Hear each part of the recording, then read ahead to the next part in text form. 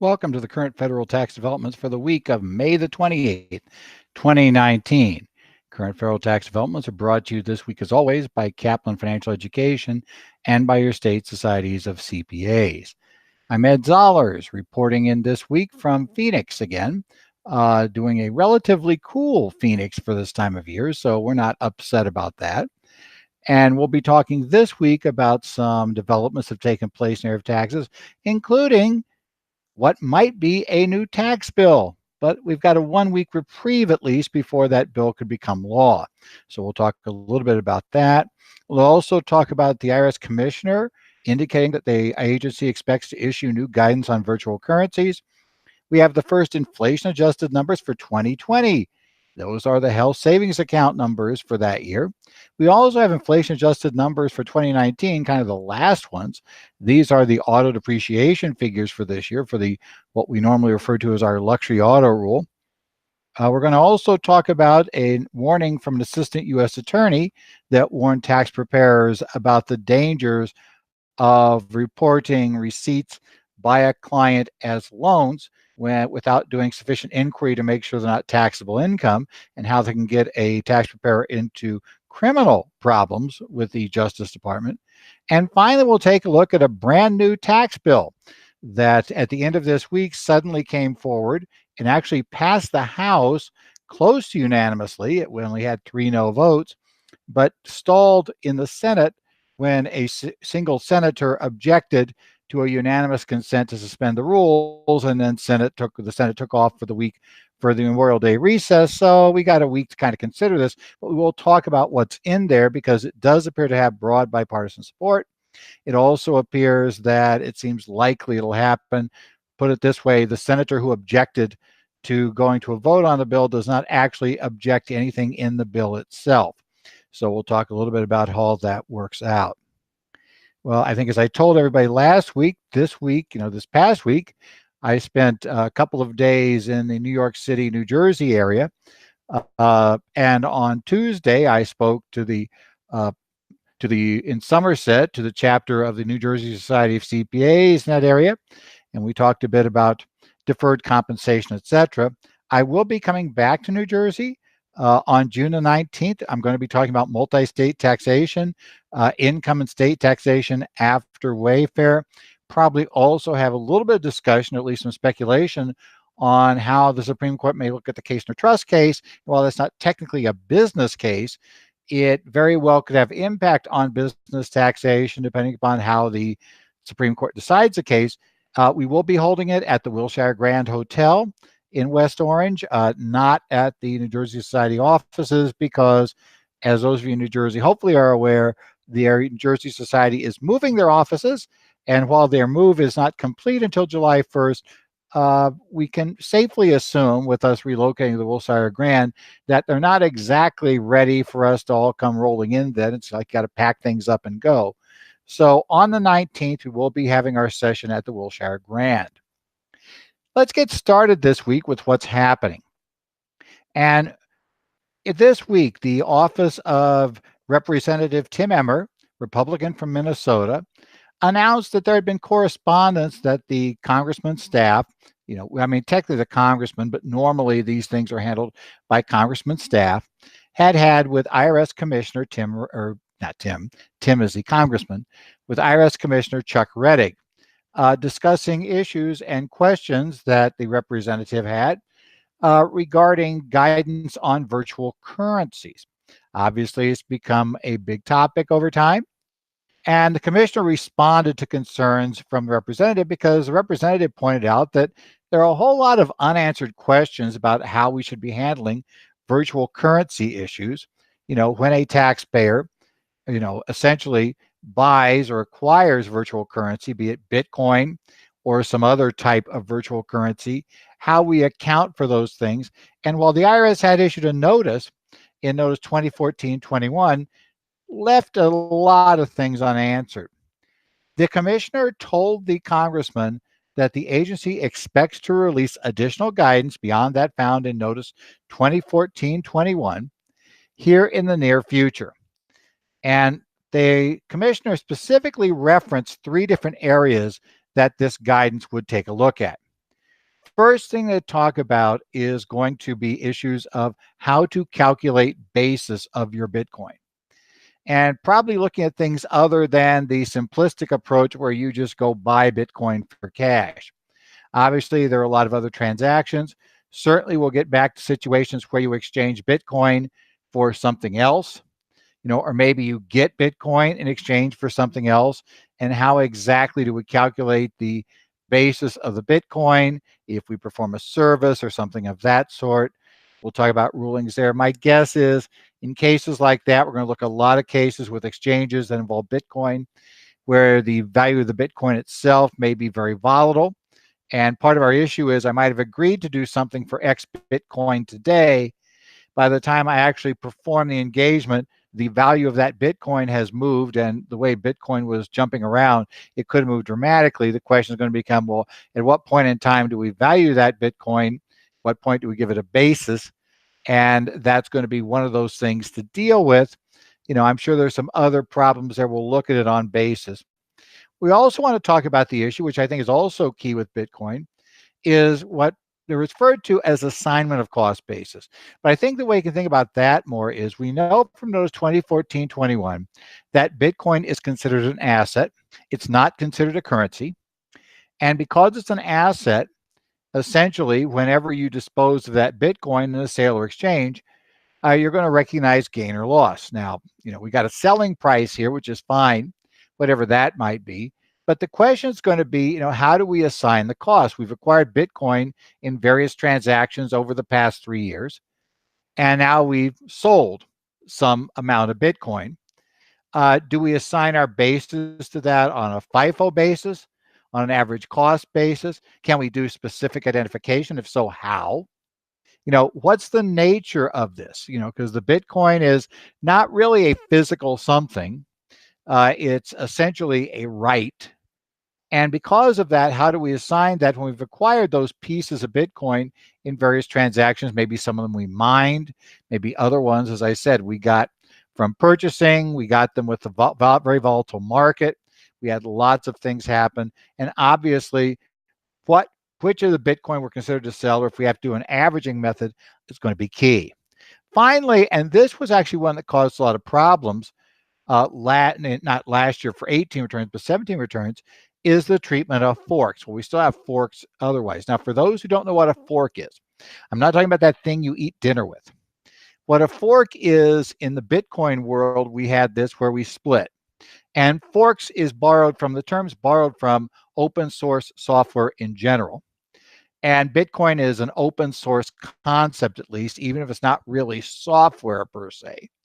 But the concept is a fork basically takes a project, but then makes a hard break. In essence, we're going to make changes to that project, but that's going to develop on its own path. We're not going to fold back our changes into the old project. Specifically, we had an issue. We've had some discussion. We've had various things spun out of Bitcoin. There are various things that people have suggested maybe Bitcoin was not, thought through totally, that it doesn't quite work for certain things. We need to make changes. One specific one was a change to Bitcoin Cash, because it turns out, due to the way Bitcoin was structured, transaction costs, which in theory, one of the things was going away with Bitcoin, actually turned out to be getting pretty high because Bitcoin wasn't really built well to scale well to the size it got to, largely because nobody, I think, really thought when it was brought forward that it'd ever get quite as big as it did. So we got back in 2018 or 2017, we had a fork of the project into this thing called Bitcoin Cash. And to get that new project going, it provided, essentially, it took the blockchain. Those who do Bitcoin know what that is, basically. And it took a copy of the Bitcoin blockchain at a point in time. It then basically duplicated that into Bitcoin Cash. So meaning that everybody who had a Bitcoin or any amount of Bitcoin ended up with an identical amount of Bitcoin Cash at that point in time. Now the question becomes, was that a taxable event? Or was it some sort of division? And if it was some sort of division, how did we divide basis between Bitcoin and Bitcoin Cash? And there was a lot of discussion. Now in 2017, it was still theoretically possible, some people tried to do, to argue as a 1031 exchange, but obviously after 2017, 1031 exchanges don't work for anything except real property, and we know that Bitcoin's not real property. So we're stuck with this problem, even if that like-kind exchange theory maybe worked, and a lot of people wanted that to work back in 2017 as a way to try to do this, and it's still left a problem. Then how do we deal with the basis? It does not going to work in 18 and 19. So we want to have some guidance. What do we do about forks, especially forks where we have things like Bitcoin Cash, where you may still be a Bitcoin adherent. You don't think Bitcoin Cash was crazy. You're not really thrilled of it, but you've got Bitcoin Cash now. I mean, is that a taxable event for you? And that's some of the crazy problems. The service is going to look at giving that guidance. And again, now the commissioner didn't tell us when. It's soon. We don't know what soon means. Does soon mean next month? Does soon mean next year? Does soon mean before the next decade's over? We're not sure. But it does mean that at least somewhere inside the IRS, they're at least considering the problems of the virtual currencies. Well, we have a couple of inflation adjustment issues coming up. And the first one is the annual revenue procedure for health savings account numbers, this time for 2020. Revenue procedure 2019-25 issued on May 24th. The HSA numbers for a year are usually the first set of inflation adjusted numbers we get from the IRS for any year. They're normally issued early in the year prior to the year when they apply. And they're not quite as early this year as they've been in the past, but they did come out here on May the 24th. And it gives us our inflation adjusted numbers for 2020. The most important thing to remember about what I'm going to tell you is these are not the 19 numbers. These numbers work next year when you're doing 2020. So these are ones you pencil in for next year's numbers, but they're not the 19 numbers, and certainly not the 18 numbers that are for last year's returns. So for next year in 2020, the maximum contribution to a health savings account will be $3,550 if you have self-only coverage. That's your qualifying coverage. Now remember, you got to have qualifying coverage, and you cannot have any disqualifying coverage. That applies if your plan is self-only. $3,550 is your limit. If you have a family plan, which is essentially under the HSA rules, self plus anybody. It could be your spouse, it could be your child. But self plus anybody, spouse, child, we don't care, spouse and two children, not spouse, but we include two children. Doesn't matter, that's a family plan. Your maximum contribution to that health savings account will be $7,100. Now, remember, once money goes into an HSA, even if my spouse has disqualifying coverage, I can still take money out of the HSA to pay the medical expenses of my spouse. It's kind of interesting how that works. Because the issue there is for funding the account, but paying medical expenses out of HSA do not require you to not have disqualifying coverage. You just can't have disqualifying coverage if you're funding. That's where the funding is determined based on that. So interesting history there. Now, in order to do this, you got to have this thing called a high deductible health plan, generally abbreviated HDHP. And HDHPs have to meet certain requirements. Okay, now again, the plan has to be one that does not provide for any payment of medical expenses except for certain accepted items, and that includes certain preventive care issues are in there. But it can't make any payment until you've incurred at least $1,400 of expenses, qualified expenses, if you are self-only coverage, $2,800 worth of expenses if you are family coverage. Remember, on the family coverage too, that's $2,800 for the whole family. It's not like broken up $1,400 a piece. So $2,800 for everybody. Now, this is the minimum deductible. An HDHP plan could have a higher deductible than that. It just must have a minimum, and it cannot pay anything until the deductible is met. Now, there is really a top-end cap on deductible because the policy has to provide an absolute cap on out-of-pocket costs. Now, with an asterisk, this is limited to in-network providers. So if you do something with an out-of-network provider, the plan can still have network providers and not pay for out-of-network or give basically any credit for that. But your maximum out-of-pocket is $6,900, and this is per year for self-only coverage, and $13,800 for family, which means self plus anybody coverage. Again, remember, this is for next year.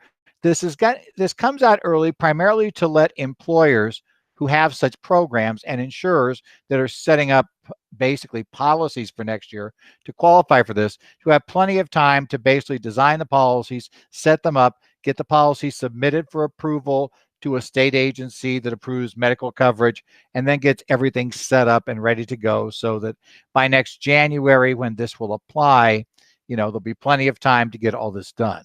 So this definitely is early. Just remember it comes out early, but hey, it's what we have. It's for HSAs. Now, on the flip side, we have another set of numbers that come out fairly late. This is the auto depreciation limits for Section 280F.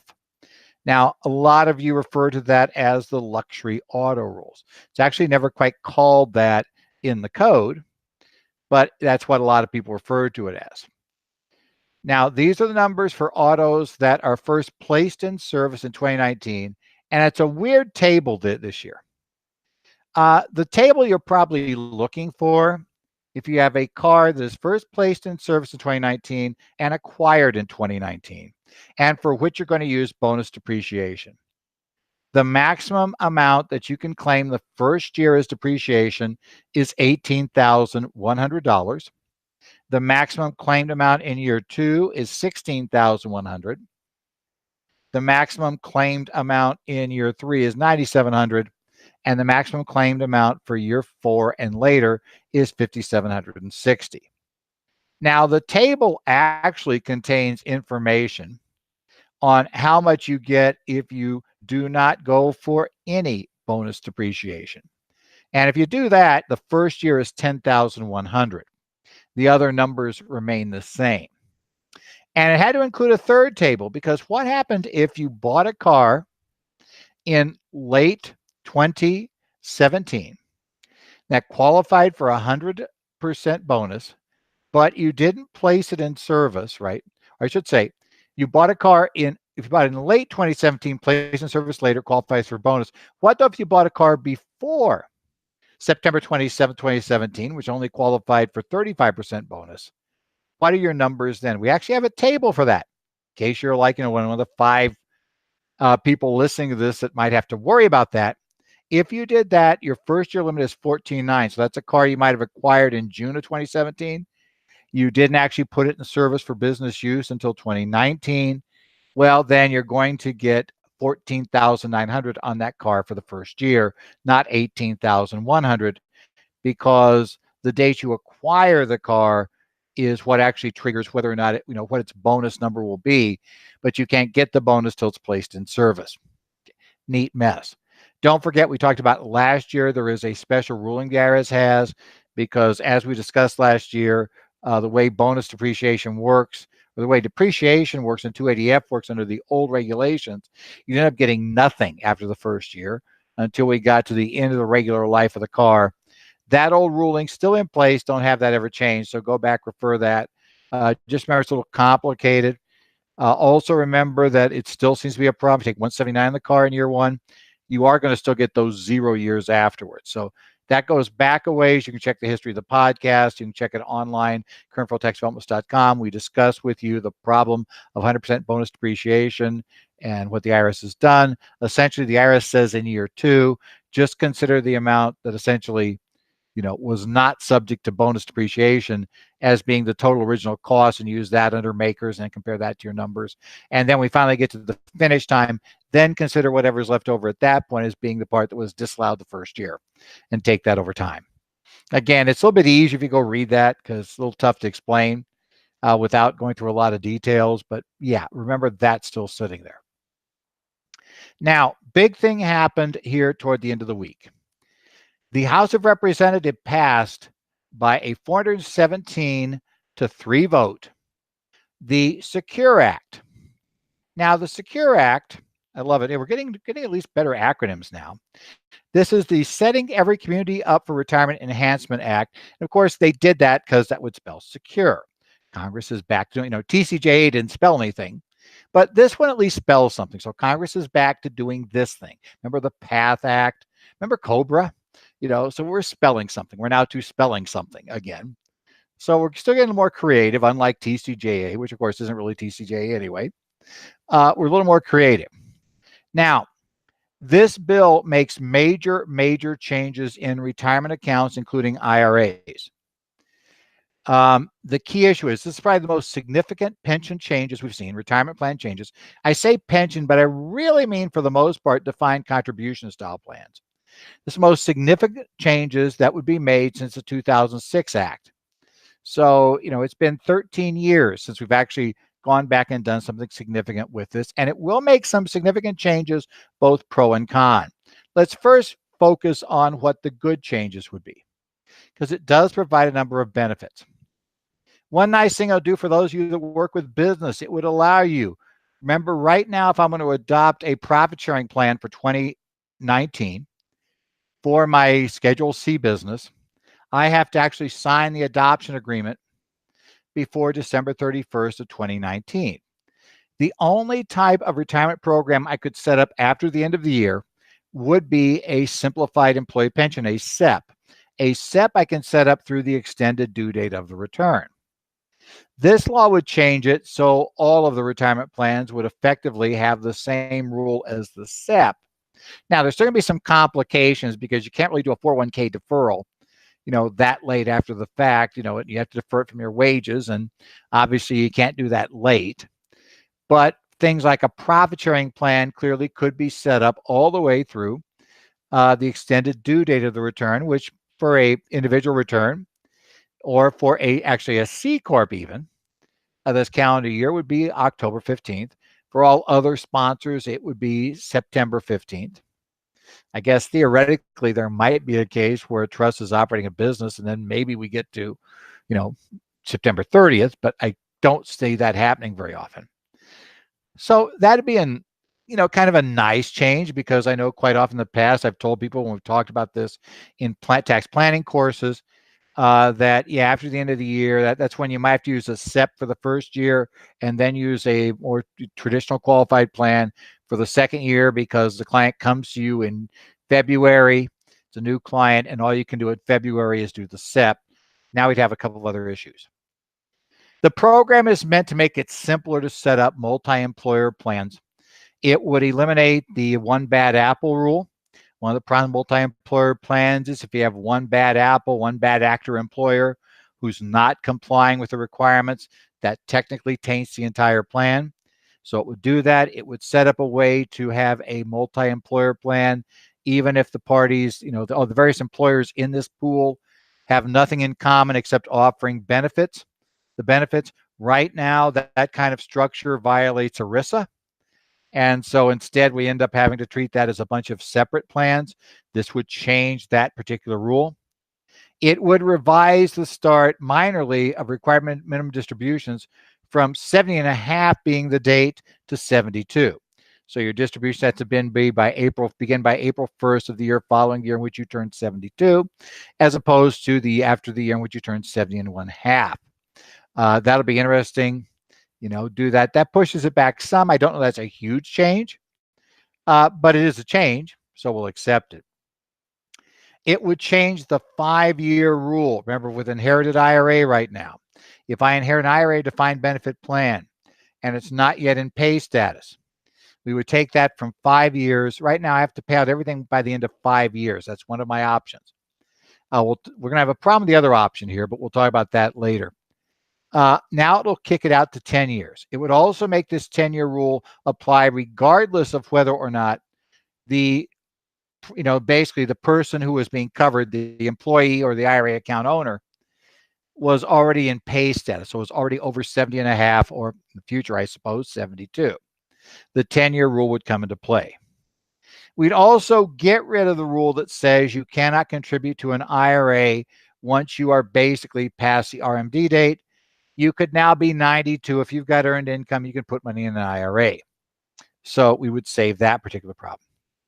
But those are probably generally good things. But by the way, the 5 to 10 year is going to telegraph where one of our bad things is. It's got certain issues. So let's talk about those issues. In this case, for qualified plans, it would require those that offer cash or deferred arrangements, which would be basically 409, basically We talk about we talk about 401k plans. We talk about other types of 403bs, etc. Up to now, you didn't have to let anybody in your plan if they didn't have at least 1,000 hours. Now it would say, at least for CODA plans, plans with a cash deferred arrangement, you'd have to let people in if they have at least 500 hours. We'd go from 1,000 to 500. That would be a requirement. It would also require you to have a disclosure each year when you give them their account balance.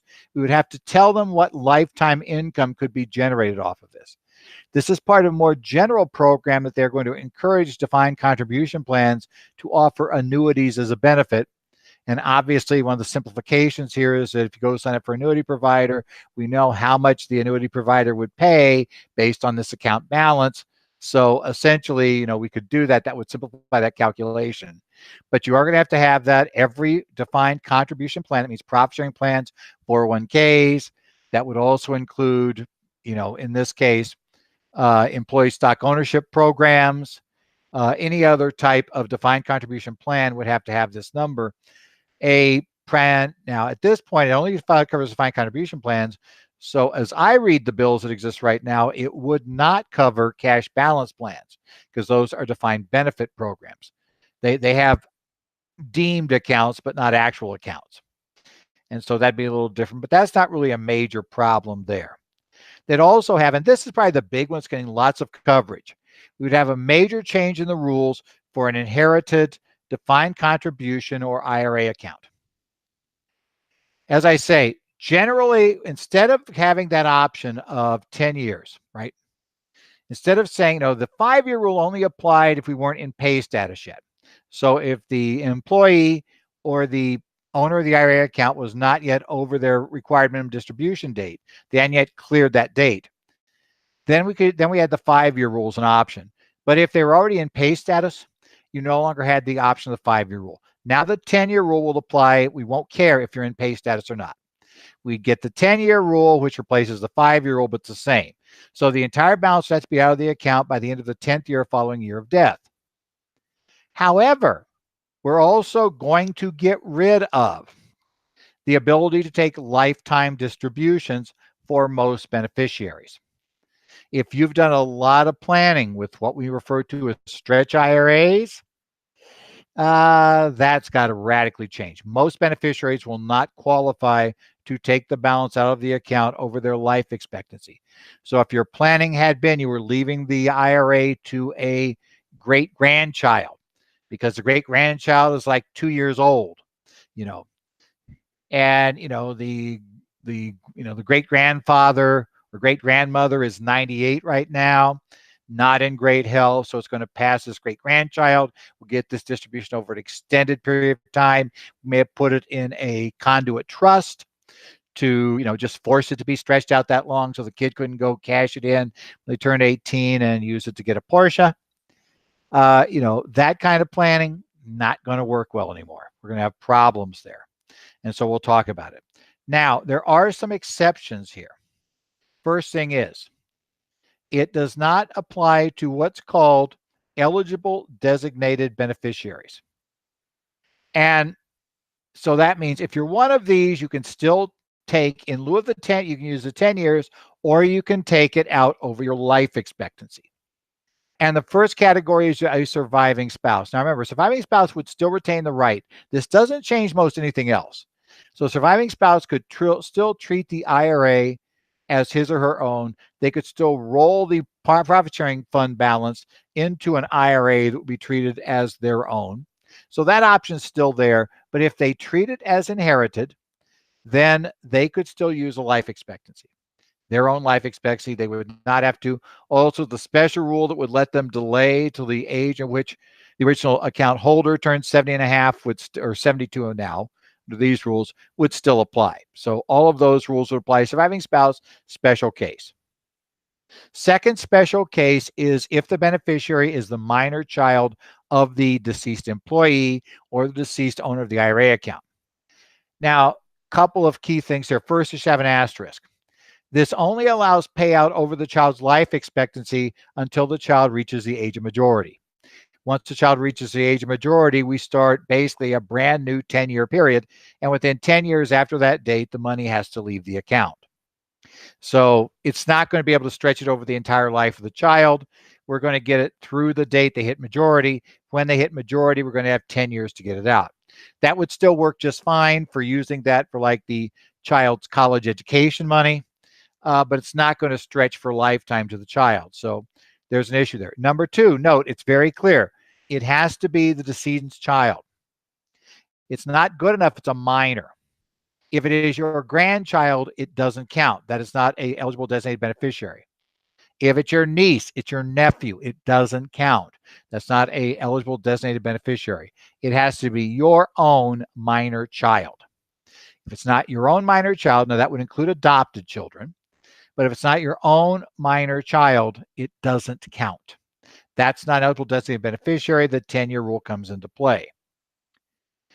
We also have special rules for disabled individuals under 72M7 and those that are chronically ill. Chronically ill takes a look at the rules that apply to those for long-term care rules. Okay. Now, there is a little asterisk on the chronically ill.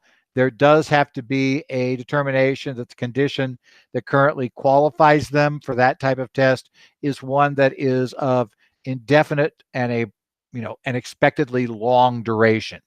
May not be lifetime, but it's got to be for a long duration and maybe uncertain duration and expected to be long. And that has to be certified by the physician, who also has to certify the other aspects as they do under long-term care rules for that to work. So we have that. Finally, the final category that's a designated current beneficiary, if you leave it to somebody who's less than 10 years younger than you, then you qualify as a designated beneficiary. So let's say my brother is 5 years younger than me. If I leave my IRA account to my brother can use his life expectancy as a payout. That's because the theory of this is there's not a super deferral going on here. So I leave it to somebody who's within 5 years of my age. If I leave it to somebody who is 10 years and 1 day after my birthday, bingo, they have a 10-year rule. So yeah, those are the rules in place. It's going to really foul up any sort of IRA planning you've done where there's been looking toward doing any sort of stretch. This would have a major impact on all stretch planning. So be aware of that. This is how they pay for most of this bills, is by getting rid of the stretch capabilities here, which frankly are mainly used by higher income individuals. And the idea is, well, we're going to force them to pay tax faster, right? So basically, as I said, we'd look to eliminate the stretch IRAs. It would apply to any interest inherited from a person who dies after 12/31/19, with a couple of exceptions. State and local government plans would get 2 years extra to implement this, and collectively bargained plans could get up to a year extra, depending upon when the collective bargaining agreement expires that governs the plan.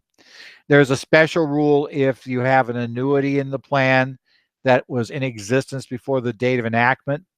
Because that might by contract have a payout on the death that's not going to fit the 10-year rule.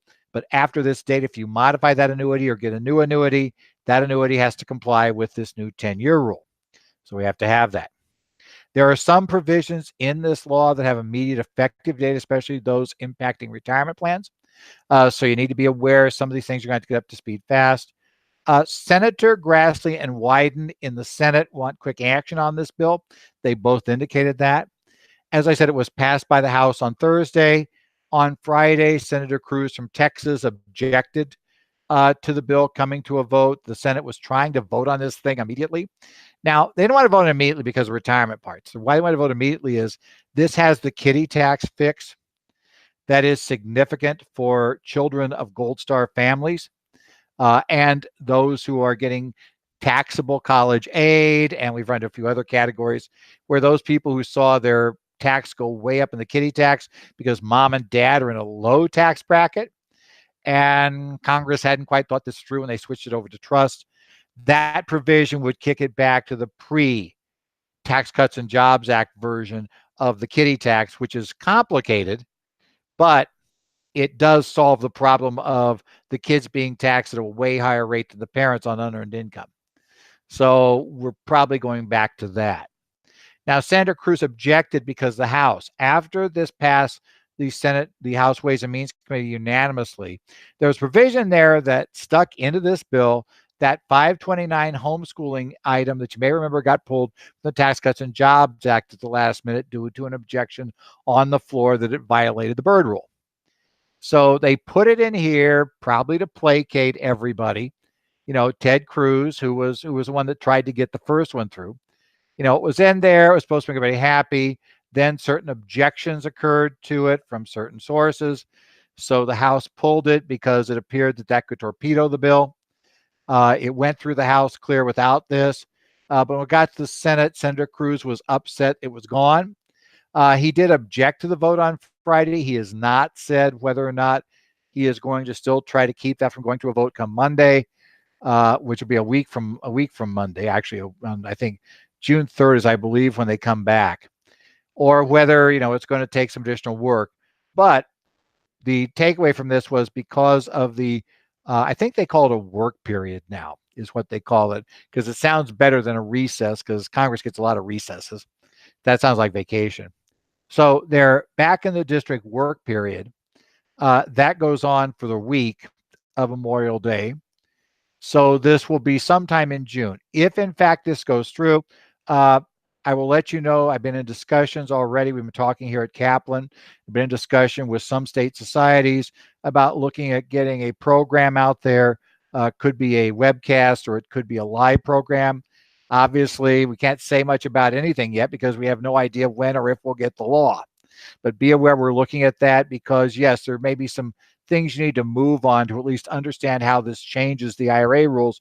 Certainly, I would say that if you're right now talking to somebody about an IRA beneficiary designation and we're discussing the possibilities of leaving it to someone that could stretch it out, you might want to suggest that maybe we're going to have to revisit this once Congress does something. And I don't know if it pay a whole lot of money to go get a conduit IRA, a conduit trust put together right this instant, because it may not be worth much after a few days, at least after the end of the year. You might want to do something else temporarily to tread water in case somebody dies in the interim. But basically kind of watch that and keep an eye on this bill. Finally, we had an article that it was interesting to me, Kristen Perillo, an article that she wrote, Preparers Warn to be Vigilant About Documenting Loans, that was in Tax Notes Today on May the 20th. And Kristen, a reporter for Tax Notes, was quoting Christopher Schmeiser, an assistant U.S. attorney in Connecticut.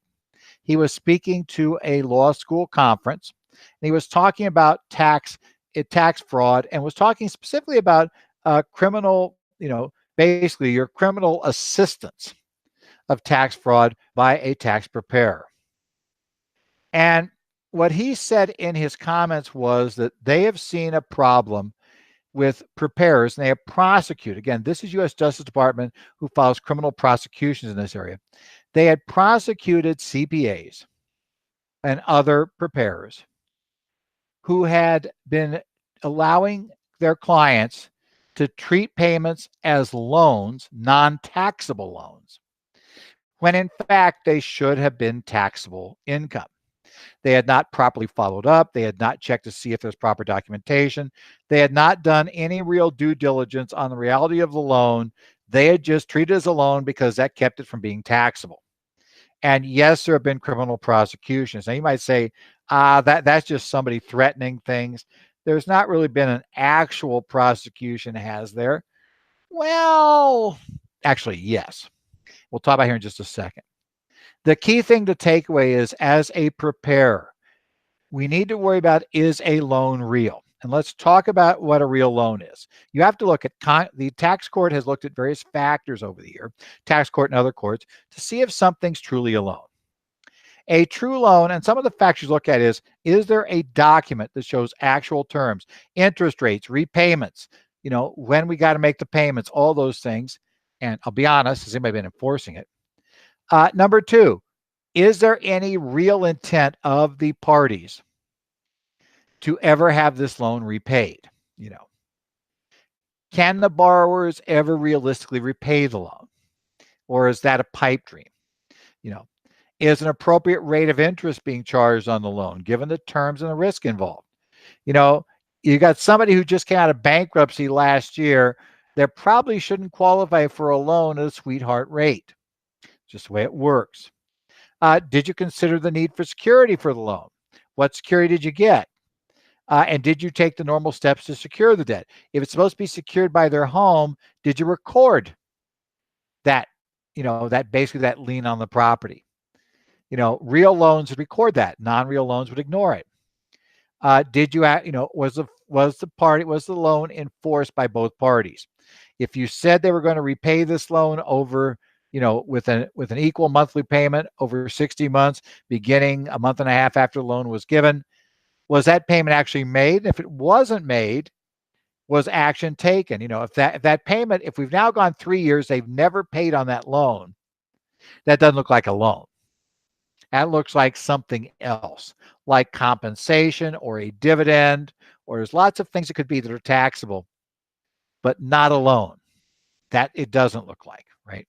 And if it's with related parties, that's especially open to question. Related party transactions are always subject to special scrutiny by the courts. Now, I talked about actual prosecution.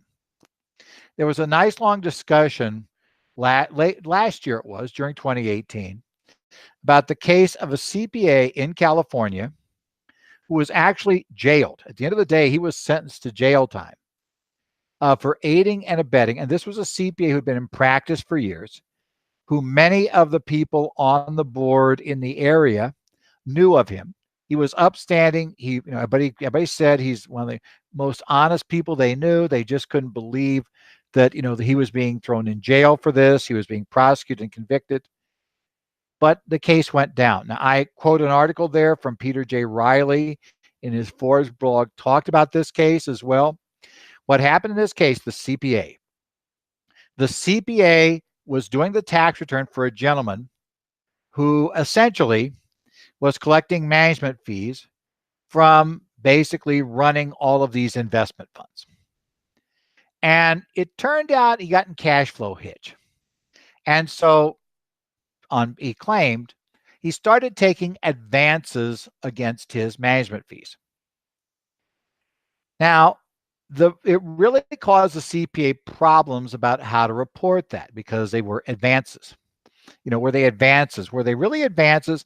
Which meant that, according to his client, they were loans, and they were loans which the client was very sure were non-taxable, because you don't pay tax on loans.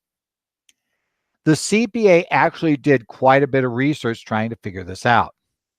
Now, the interesting part was these funds that he got these advances in quotation marks from were funds that were currently being audited by a Big Four accounting firm who gave them clean opinions.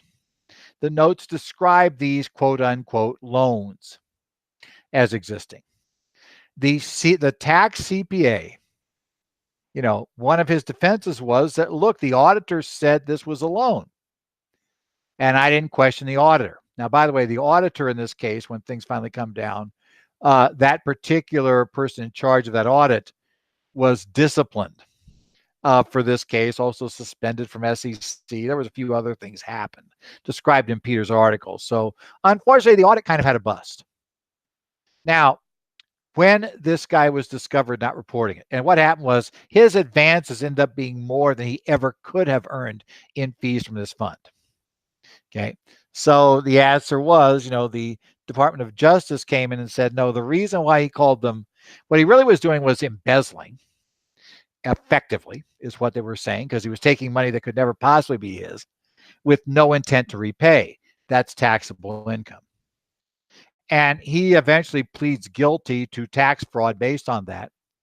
And he quasi-turned state's evidence against his CPA. Of course, apparently alleging the CPA said it was all okay. The CPA, of course, says, I didn't say, I relied on him and I relied on this audit. But the problem was that he actually did at one point discover that there was nothing in writing about this, which, bad thing, right? So he had him do these in writing, and he did written notes, and he signed them. And then as soon as the CPA went away, CPA made copies of those notes, put them in his files. As soon as that guy then picked them up from the CPA, took them out, and immediately destroyed them. He didn't get back to anybody because it didn't go along with his story to the auditor about what these things were and how it worked. So in any event, this was an $18 million, quote, loan that the Justice Department said there was no intention to repay. There was $18 million of income. And the Justice Department position was the CPA should have known. The CPA did that, should have known, failed to follow up. And so he basically aided and abetted in the evasion of taxes. And he was convicted. And yes, he was sentenced in December of last year to some time in prison, followed by supervised release. Now, this is a sad story because the CPA in question was toward the end of his career with a large local firm. He's basically had his life destroyed by this thing. There's no question. And you may want to go get the article to read about it, but it's not a happy story. And here's the problem, though. Now, maybe you're not working with $18 million advances, but unfortunately, I have been in discussions with CPAs where, let's say, a client took too much from their S corporations during the year. They exhausted the basis, and so they took an additional $25,000. I have heard CPAs attempt to argue that, just make a journal entry to record that $25,000 as a loan to the client. And that's a problem. Ladies and gentlemen, that's not a loan. Now, see, a loan has to have a problem. There has to be, first thing is, and this has come up in multiple occasions, there needs to be an intent. What was the intention at the time the money was given to the client?